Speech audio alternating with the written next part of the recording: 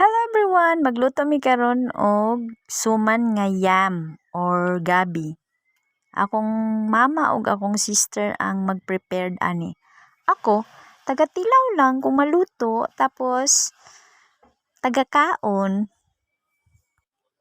Ayan, naluto na ang among suman na yam. Time na ni nako sa akong pagtilaw ug pagkaon. Ako lang man taga-tilaw ug taga-kaon ani ilang mga luto no. Oh, tilawan na nato ang suman na gabi. Tapos mag-inom dayon tag karon og kape.